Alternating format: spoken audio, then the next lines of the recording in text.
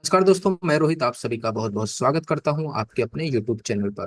दोस्तों, आज हम डिस्कशन करेंगे उन स्टॉक्स के बारे में जिन्हें मैंने लास्ट 4 to 6 मंथ के अंदर डिस्कस किया है अपने व्हाट्सएप ग्रुप के अंदर। जो लोग भी व्हाट्सएप ग्रुप से नहीं जुड़े हैं, डेफिनेटली यहाँ क्लिक होकर ज्वाइन हो जाइए। यहाँ पे मैं सभी वैल्यूएबल कंटेंट और मार्केट से जुड़ी हुई अपडेट्स पेश करता हूँ। ठीक है।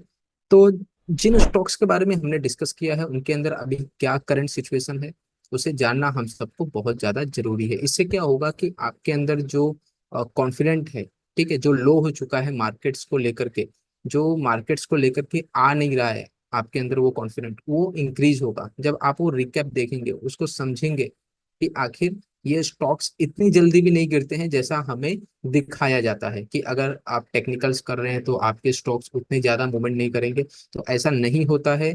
ये आपको इस रिकैप के बाद पता चल जाएगा। और देखते हैं किस तरीके की एक्टिविटी हमारे डिस्कशन के बाद उन स्टॉक्स के अंदर हुई है। ठीक है, या फिर हो रही है। उन स्टॉक्स को भी हम डिस्कस करेंगे जिनके अंदर अभी करंट सिचुएशन में मैंने डिस्कस किया था। ठीक है। तो दोस्तों, बिना समय गवाए चलते हैं स्क्रीन के ऊपर और जानने की कोशिश करते हैं कि उन स्टॉक्स को जिनको हमने लास्ट कुछ महीनों में कवर किया था और उनके अंदर अभी क्या सिचुएशन हो रही है या हो चुकी है या स्टॉप लॉस हो गया है, जो भी वगैरह जो भी घटना घटी है उसको आज हम यहाँ आइडेंटिफाई करने की कोशिश करेंगे। राइट। और जो लोग भी चैनल पर नए आए हुए हैं, प्लीज वो चैनल को सब्सक्राइब कर लें और बेल आइकन को डेफिनेटली क्लिक कर लें। तो चलते हैं दोस्तों और देखने की कोशिश करते हैं आखिर क्या हुई है घटना। तो दोस्तों, हम यहाँ पे आ चुके हैं और ये मैंने कुछ लिस्ट निकाली है उन स्टॉक्स के जिनके बारे में हमने ग्रुप के अंदर डिस्कस किया था। तो एक एक करके आइडेंटिफाई करने की कोशिश करेंगे। सबसे पहले है मुथूट फाइनेंस। मुथूट फाइनेंस के अंदर जब हमने डिस्कस किया था, जो लोग पोजिशनल ट्रेडर्स थे, पोजिशनल इन्वेस्टर्स थे, उनको, जब मैं शेर खान में था तब अराउंड ये इस जगह पर ये स्टॉक्स चल रहा था। ठीक है, ये इस जगह के आसपास ये इसका मार्केट यहाँ चल रहा था। तो मैंने यहाँ पे एडिंग करवाने के लिए कहा था। उस समय मैं शेर खान की ओर से था तो डेफिनेटली मैं कॉल्स दे सकता था। ठीक, क्योंकि वो सेबी रजिस्टर्ड होता है शेर खान, तो उस समय मैं यहाँ कॉल दे रहा था। राइट। लेकिन एक ट्रेडर के पॉइंट ऑफ व्यू से ये जगह बिल्कुल भी सही नहीं थी, इन्वेस्टर के पॉइंट ऑफ व्यू से बिल्कुल सही थी, और एवरी डिप पे मैं उनको कह रहा था और क्वांटिटी ऐड करो। राइट। उसके बाद अब यहाँ से प्राइस इस जगह से मूवमेंट करता है, ऊपर की तरफ निकल रहा है। ठीक है, तो ये जगह जो होती है ये हो जाती है ट्रेडर्स के लिए। ठीक है, ये जगह एक बेस्ट ऑफ प्लेस है एक ट्रेडर के लिए। जैसे ही ये प्राइस इस जगह से क्लोज करता है 0.618 के ऊपर, प्राइस भी बढ़ रहा है, वॉल्यूम भी इंक्रीज हो रहा है। ट्रेड लाइन का ब्रेकआउट हुआ है वॉल्यूम के सपोर्ट से। ठीक है, वॉल्यूम के सपोर्ट से ट्रेड लाइन का ब्रेकआउट हुआ है, तो डेफिनेटली ये जगह हमारे लिए बहुत ज्यादा इंपॉर्टेंट हो जाती है। और 21 EMA हाई के ऊपर भी चल रहा है। इसका मतलब है कि ये जो स्टॉक्स है मोमेंटम में आ चुका है, इस स्टॉक्स के अंदर स्ट्रेंथ आ चुकी है। उसके बाद जो हमारा टारगेट होता है, जैसा कि सभी लोग जानते हैं, फिबोनाची का 1.618 का लेवल जो 1700 के आसपास निकल के आ रहा है, अभी भी अराउंड उसी के आसपास घूम रहा है, थोड़ा ऊपर निकल चुका है। ठीक है। तो इस स्टॉक्स ने अच्छा कमाल किया, अच्छा रिटर्न दिया ट्रेडर्स को भी और इन्वेस्टर्स को भी। ठीक। मुझे याद है जहां तक मैंने सुफियान भाई, लक्ष्मण भाई और श्रीकांत भाई करके कुछ क्लाइंट्स थे, उनको ये शेयर्स को रिकमेंड किया था शेर खान के अंदर जब मैं था तब की बात है। राइट, ये मेरा खुद का निकाला हुआ शेयर था, शेर खान की कोई कॉल ये नहीं थी। आगे चलते हैं, रेलिस इंडिया की बात करते हैं। रेलिस इंडिया काफी टाइम तक कंसोलिडेशन करता रहा। ये तो ये स्टॉक्स मैंने तब आइडेंटिफाई किया था जब मैं कोटक सिक्योरिटी के अंदर जॉब कर रहा था। तो उस समय मैंने वहां पे भी कई सारे क्लाइंट्स को इसे दिलाने के लिए कहा था। वहां बैठे हुए जो डीलर्स थे उन्हें भी मैंने इस शेयर्स को रिकमेंड किया था कि एवरी डिप पे कभी भी अगर नीचे आता है तो आप इस स्टॉक को रिकमेंड करिए, ये डेफिनेटली एक आउट परफॉर्मर बनने वाला है। और ठीक वैसा ही हुआ कुछ दिन के अंदर जब मोदी सरकार बनी, जब गवर्नमेंट आई वापस मेजोरिटी में, तो इस स्टॉक्स ने बहुत अच्छा परफॉर्म किया क्योंकि सरकार ने फर्टिलाइजर्स के ऊपर ज्यादा फोकस किया है। राइट, इसके लिए जो खेतीबाड़ी के जो स्टॉक्स हैं इनके अंदर अच्छी मूवमेंट हमें देखने को मिले। अराउंड टारगेट के आसपास आ चुका था, टच नहीं हुआ है, लेकिन डेफिनेटली ये अच्छा परफॉर्म कर जाएगा। 329 एक टारगेट है इसका पहला, एक ट्रेडर्स के हिसाब से ये एक टारगेट बनता है। जो ट्रेडर्स थे उनके लिए ये लेवल बेस्ट था, जैसे ये क्लोजिंग आई थी वैसे ही एंट्री इसके अंदर बन गई थी, वॉल्यूम के सपोर्ट से ये एंट्री, ये मूवमेंट हुआ है। आगे चलते हैं। जिलेट मेरा जनवरी का निकाला हुआ स्टॉक है। ये बहुत ही बेहतर शेयर है। बहुत अच्छा स्ट्रक्चर इसके अंदर बना था, और एक तो ये शेयर भी काफी ज्यादा मजबूत है। ठीक है, लीडरशिप रखता है अपने सेगमेंट के अंदर, अपनी इंडस्ट्री के अंदर। राइट। तो जैसे ये बहुत अच्छा स्ट्रक्चर था, एक ट्रेड लाइन का ब्रेकआउट होता है, वॉल्यूम के सपोर्ट के साथ होता है, 0.618 के ऊपर वॉल्यूम के साथ क्लोजिंग आती है, 21 ईएमए हाई के आसपास सपोर्ट ले रहा होता है। और ये जगह जो होती है, ये एक्चुअल में नीचे है, इसलिए क्वांटिटी ऐड करने का कोई मतलब नहीं निकलता है। जैसे ही ये जगह के ऊपर यानी 0.618 के ऊपर ड्रैगन फ्लाई दोजी का फॉर्मेशन आता है, डेफिनेटली ये प्लेस आपका क्वांटिटी एडिंग का हो जाता है एज पर माई सेटअप। ठीक है। तो नियर ऑन टारगेट 8041 का है, और वहीं के आसपास ये स्टॉक भी पहुंच चुका है। तो ये है जिलेट इंडस्ट्री, जिसको भी मैं जिसे भी मैंने अपने व्हाट्सएप ग्रुप के अंदर कवर किया था। आगे चलते हैं। क्रॉम्पटन ग्रीवेंस, ये सबसे फेवरेट चार्ट्स रहा। इसके अंदर बहुत ही जबरदस्त रैली आई थी। ये एक ही कैंडल के अंदर पूरा टारगेट ही अचीव हो गया था। ऑलमोस्ट टारगेट्स के पार ये चला गया था, और अभी भी इसके अंदर कंटिन्यू रैली चल रही है।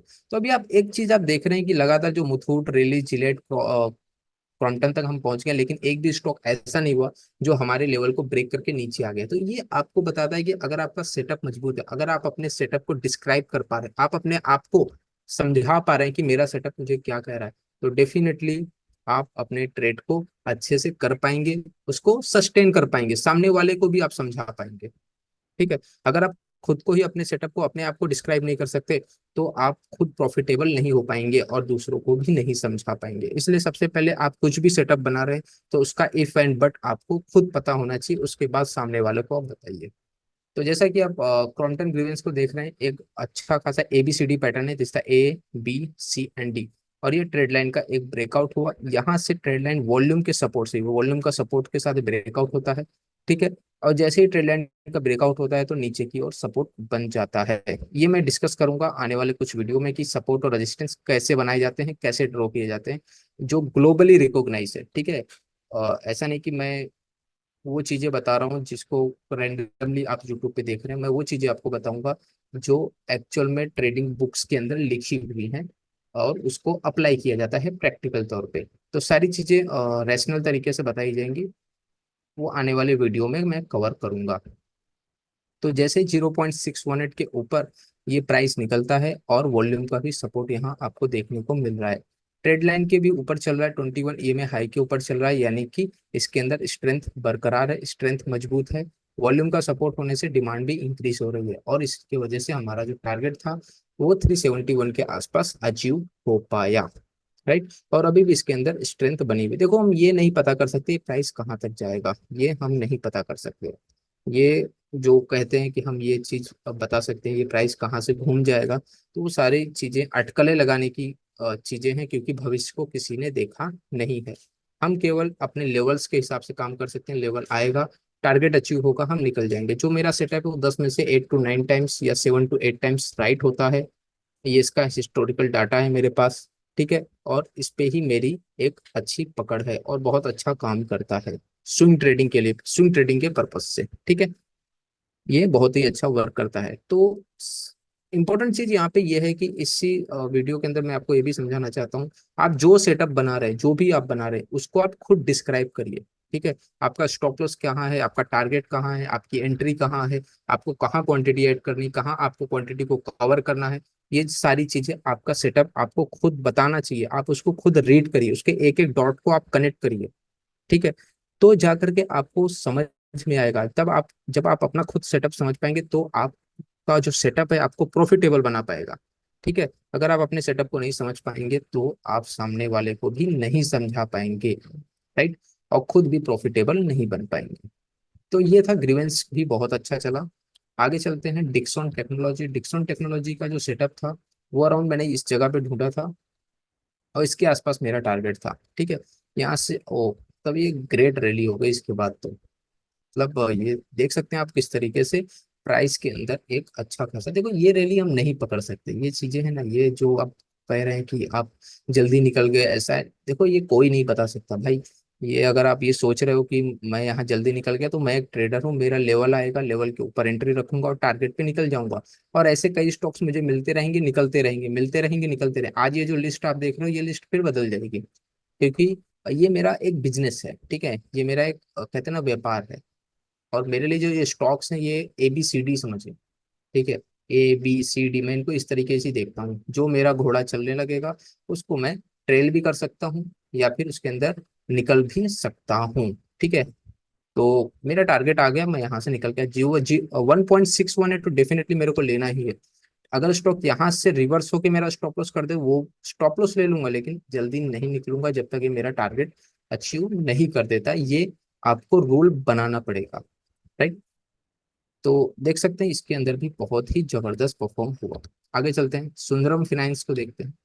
सुंदरम फाइनेंस काफी ज्यादा वोलेटाइल रहा ये स्टॉक्स। जब यहाँ से निकला तो ये वॉल्यूम के सपोर्ट से तो चला था ऊपर, लेकिन यहाँ पे थोड़ा फ्लैटिस्ट हुआ। लेकिन इसने बहुत अच्छी कैंडल के साथ ऊपर की तरफ क्लोजिंग दी, लेकिन वॉल्यूम के सपोर्ट होने से और 0.618 के ऊपर ब्रेकआउट देने से मैंने इसके अंदर पोजीशन बनाई थी, ठीक है। तो अराउंड इसने भी मेरा टारगेट अचीव किया, लेकिन वॉल्यूम बहुत तेजी से डिक्लाइन। देखो वॉल्यूम क्या है ना, प्राइस के अंदर गिरावट को पहले ही डिस्काउंट करने लग जाता है। ये पहले ही हमें बता देते, देखो प्राइस यहाँ तक आ गया है, लेकिन वो प्राइस अभी सॉरी प्राइस यहाँ पे अभी भी घूम रहा है, लेकिन वॉल्यूम आपका यहाँ पे फ्लैटिस्ट हो गया है, ठीक है।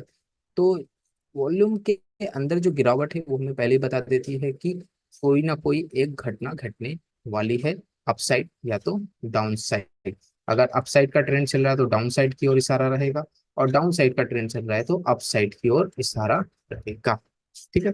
तो सुंदरम फाइनेंस भी बहुत ही अच्छा परफॉर्म किया।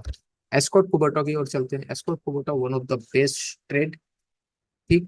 तो इसके अंदर भी बहुत अच्छा एक फ्लैग टाइप पैटर्न बना हुआ था 0.618 के ऊपर। वॉल्यूम के सपोर्ट के साथ ट्रेंड आया, 21 EMA हाई के ऊपर चल रहा है, और अभी भी ट्रेंड कंटिन्यू बना हुआ है, ठीक है।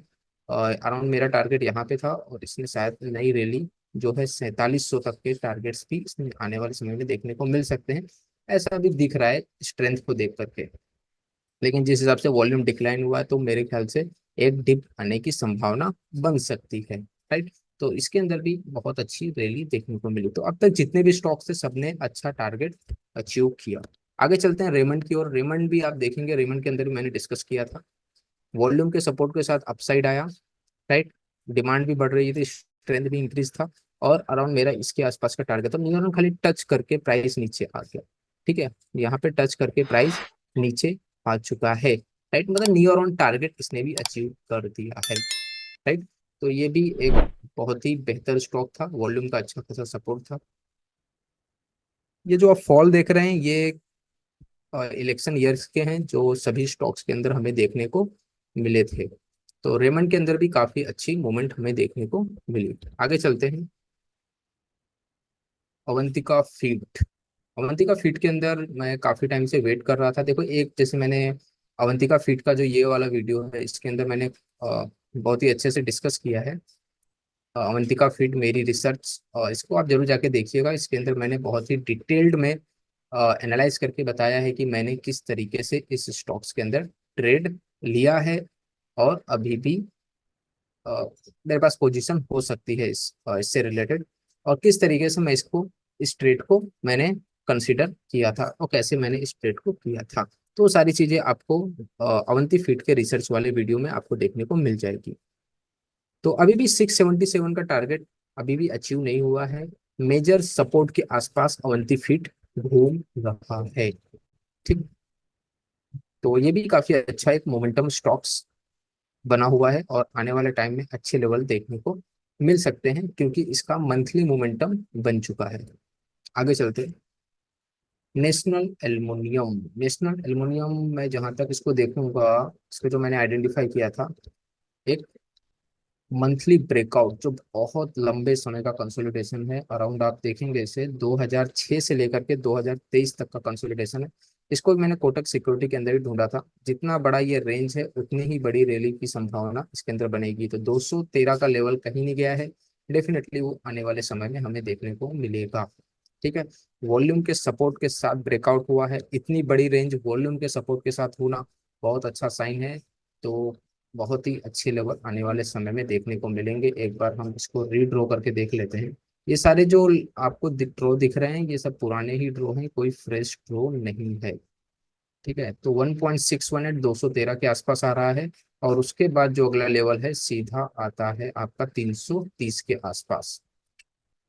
ठीक है, तो नेशनल एल्युमिनियम, मैं स्विंग से ज्यादा पोजिशनल पे ज्यादा मेरा फोकस रहेगा, क्योंकि मंथली चार्ट्स पे मोमेंटम ज्यादा देखने को मिल रहा है, ना कि डेली चार्ट्स के ऊपर। आगे चलते हैं। डीएमसीसी। और डीएमसीसी में, हाँ, ये स्टॉप लॉस स्टॉक था, इसके अंदर मोमेंट आई थी। ठीक है, ट्रेड के अंदर मोमेंट आया, लेकिन ये स्टॉप लॉस यहाँ कर गया, इसके अंदर किसी भी तरीके का कोई एक्शन हमें देखने को नहीं मिला। राइट, तो ये स्टॉक अभी भी साइडवेज है, उसी 0.618 के आसपास ही घूम रहा है। मोमेंटम यानी डिलीवरी होने के बाद, यानी कि वॉल्यूम होने के बाद, वॉल्यूम के साथ ब्रेकआउट ब्रेकआउट होने के बाद, स्ट्रेंथ आने के बाद भी प्राइस नहीं चल पा रहा है। तो देखो ये चीजें भी घटेंगी, जैसे मैंने आपको कहा कि 10 में से 2 बार हमें गलत होना पड़ेगा, क्योंकि मार्केट सुप्रीम है। ठीक है, मार्केट से ऊपर नहीं है हम लोग। ठीक है, मार्केट के अंदर काम करते हैं, तो मार्केट के नीचे हैं। अगर आपको ये लग रहा है कि डिलीवरी प्राइस बढ़ रहा है, वॉल्यूम भी बढ़ रहा है और 0.618 के ऊपर निकल रहा है, तो इसका मतलब है कि ऐसे सभी स्टॉक्स के अंदर मूवमेंट रहेगी। नहीं, 10 में से 7-8 केस में यही रहेगा, क्योंकि यही मार्केट का रॉ मटेरियल है। राइट, प्राइस का बढ़ना, वॉल्यूम का साथ में बढ़ना, ये स्ट्रेंथ की निशानी है, ये डिमांड की निशानी है, ये वॉल्यूम की निशानी है, ये पब्लिक के आने की निशानी है, ये मनी फ्लो की निशानी है। लेकिन अगर आप ये कहें कि ये हर बार होगा, तो ये पॉसिबल नहीं है। कई बार मार्केट को आपको बताएगा कि किसकी पावर मार्केट के अंदर चलती है। ठीक है, तो यही चीज यहाँ पे हमें देखने को मिली। हमें सिंपल से कुछ नहीं करना है, 0.618 के नीचे आया, स्टॉप लॉस लेके बाहर निकल जाओ, साइड पे खड़े हो जाओ। ठीक है, अगर ऐसी घटना घट रही है, हमें स्टॉप लॉस पे फोकस करना है। सबसे ज्यादा ध्यान हमें स्टॉप लॉस पे रखना है, क्योंकि वही हमें मैनेज करना है। बाकी प्रॉफिट तो बनता ही रहेगा, प्रॉफिट की जो ट्रेलिंग है वो तो चलती रहेगी। राइट, हमारा मेन फोकस होना चाहिए कहाँ हमें पैसे को मैनेज करना है, कहाँ पे क्वांटिटी ऐड करना है, कहाँ क्वांटिटी कवर करना है। जब भी आप ट्रेड कर रहे हैं, आपके माइंड में यही 2 सवाल चलने चाहिए। आगे चलते हैं।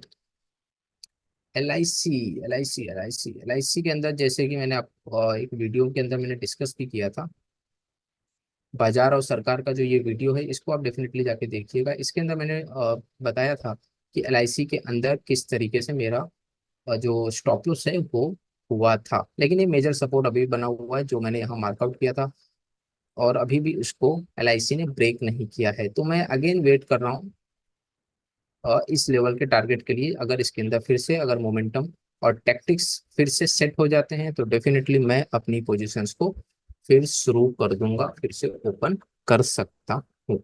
ठीक है, तो अभी साइडवेज लग रहा है, और ये मेजर सपोर्ट है, ये नहीं टूटना चाहिए एल आई सी के लिए। तो डेफिनेटली इस स्टॉक्स में भी स्टॉप लॉस हुआ, डीएमसीसी के अंदर भी स्टॉप लॉस हुआ है।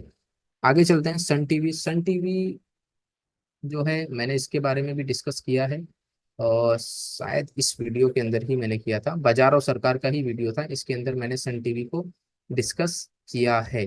ठीक है, तो इसको आप देखिएगा, मैंने सन टीवी के बारे में वहाँ क्या बताया था, और आज उसमें क्या घटना घट रही है। तो नियर ऑन टारगेट ये भी पहुंचने वाला है, वॉल्यूम भी बहुत ज्यादा ही स्ट्रेंथफुल लग रहा है, स्ट्रेंथ बहुत अच्छी है। और इसके अंदर एक चीज बहुत अच्छी मेरे को लगी, यहाँ पे ट्रेंड शिफ्ट हुआ है। ठीक है, ये ट्रेंड जो है ना, यहाँ यहाँ शिफ्ट होता हुआ दिख रहा है।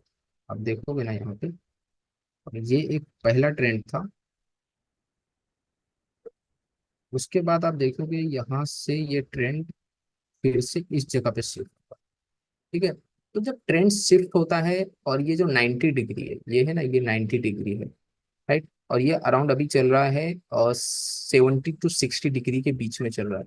इसका मतलब एक बहुत अच्छी स्ट्रेंथ है, और बहुत अच्छे लेवल आने वाले टाइम में हमें देखने को मिलने चाहिए। और ये स्ट्रेंथ मेरे को लग रहा है कि ये 840 के भी ऊपर जा सकता है, ऐसा मुझे वॉल्यूम की स्पीड और ये जो ट्रेंड की शिफ्टिंग हुई है चार्ट्स के ऊपर, उसे देखकर नजर आ रहा है। पैटर्न काफी अच्छा बना था, करेक्टिव पैटर्न। 0.618 भी बहुत वॉल्यूम, अच्छे वॉल्यूम के साथ ब्रेकआउट हुआ, अच्छी कैंडल के साथ भी ब्रेकआउट हुआ। अगर वॉल्यूम का सपोर्ट और कैंडल भी अच्छी बन जाती है, तो डेफिनेटली हमें लेवल बहुत अच्छे देखने को मिलेंगे। मेरी उम्मीद है, जहां तक मुझे जैसा सेटअप लग रहा है, हमें इसके अंदर अराउंड 900 के ऊपर के लेवल दिख जाने चाहिए।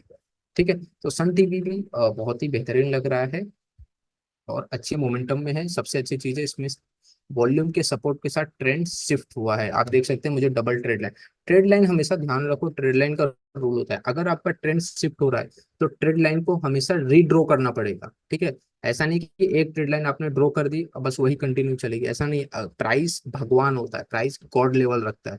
ठीक है, अगर ट्रेंड आपका शिफ्ट हो रहा है ना तो आपको ट्रेड लाइन को फिर से रीड्रॉ करना पड़ेगा, फिर से उसे शिफ्ट करना पड़ेगा नए लेवल के लिए। ठीक है, जैसे मैंने यहाँ पे किया है, पहले मेरा ट्रेड लाइन इस ट्रेंड को कंसिडर कर रहा था, इस प्राइस मूवमेंट पर रहा, लेकिन प्राइस ने इसे 60 डिग्री या फिर कह लो कि 70 डिग्री में शिफ्ट करना शुरू कर दिया, 90 के आसपास की 70 डिग्री के आसपास शिफ्ट करना शुरू कर दिया। तो मैंने ट्रेड लाइन को फिर से बदल दिया, ट्रेड लाइन को बार बार रीड्रॉ करना पड़ेगा।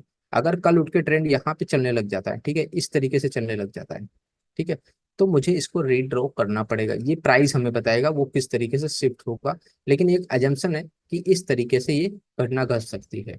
राइट, अगर आपको एग्जांपल चाहिए तो बीएससी का चार्ट आप खोलकर देख सकते हैं, उसके अंदर ट्रेंड कई बार शिफ्ट हुआ है। ठीक है, आगे चलते हैं। जुबलेंट फूड के अंदर भी बहुत अच्छा मोमेंट है, वॉल्यूम का सपोर्ट बना हुआ है और प्राइस अभी भी अभी अभी 0.618 के ऊपर निकला है, तो बहुत ही अच्छा स्ट्रक्चर है और इसके बारे में मैंने डिस्कस किया हुआ है अपने वीकली मार्केट एनालिसिस के अंदर। ठीक है, वीकली मार्केट एनालिसिस का इसी वीडियो में मैंने इसको डिस्कस किया हुआ है, ये मुझे याद है। और इसके अंदर एसबीआई की बाइंग भी है 30 लाख शेयर्स की इस जगह के आसपास। तो अब ये ट्रेडर्स के लिए बहुत ही अच्छा स्टॉक्स बन चुका है, वो इसमें देख सकते हैं। आने वाले टाइम में हमें यहाँ तक के लेवल बन सकते हैं। आगे चलते हैं, नज़ारा टेक्नोलॉजी। इसके अंदर भी 0.618 के ऊपर अच्छा खासा ब्रेकआउट हो चुका है और वॉल्यूम का बहुत जबरदस्त सपोर्ट है। वॉल्यूम के साथ ये प्राइस ऊपर की तरफ निकला है, तो डेफिनेटली इसके अंदर भी हमें आने वाले टाइम में बहुत अच्छे लेवल देखने को मिल सकते हैं, जिस हिसाब से मुझे स्ट्रक्चर देखने को मिल रहा है। अगला स्टॉक है एनएचपीसी। एनएचपीसी पूरी तरह से भी स्ट्रक्चर जो है मुझे सही नहीं लग रहा है।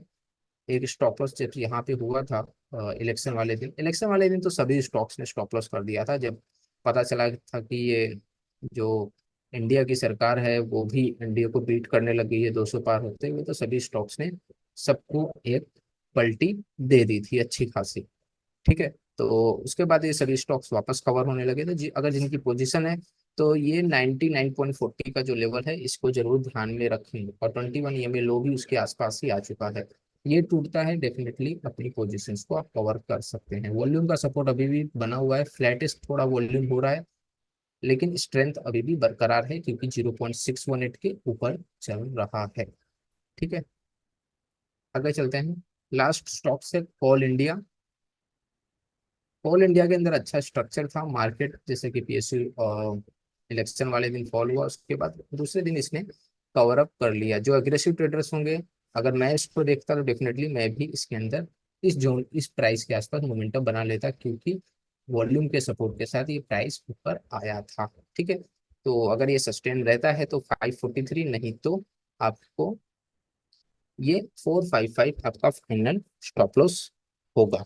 राइट, तो 543 तक के लेवल आपको कोल इंडिया के अंदर देखने को मिल सकते हैं अगर ये स्ट्रेंथ ऐसे ही बरकरार रहती है। ठीक है, लेकिन थोड़ा वोलेटाइल लग रहा है, बहुत ही मिसमैच स्ट्रक्चर हो गया है कोल इंडिया का, समझ नहीं आ रहा है किस तरीके से मूवमेंट बनेगी। तो लेकिन जिनकी पोजीशन है, जो लोग बैठ चुके हैं गाड़ी में, तो डेफिनेटली वो लोग बैठे रहे, अब क्या ही कर सकते हैं।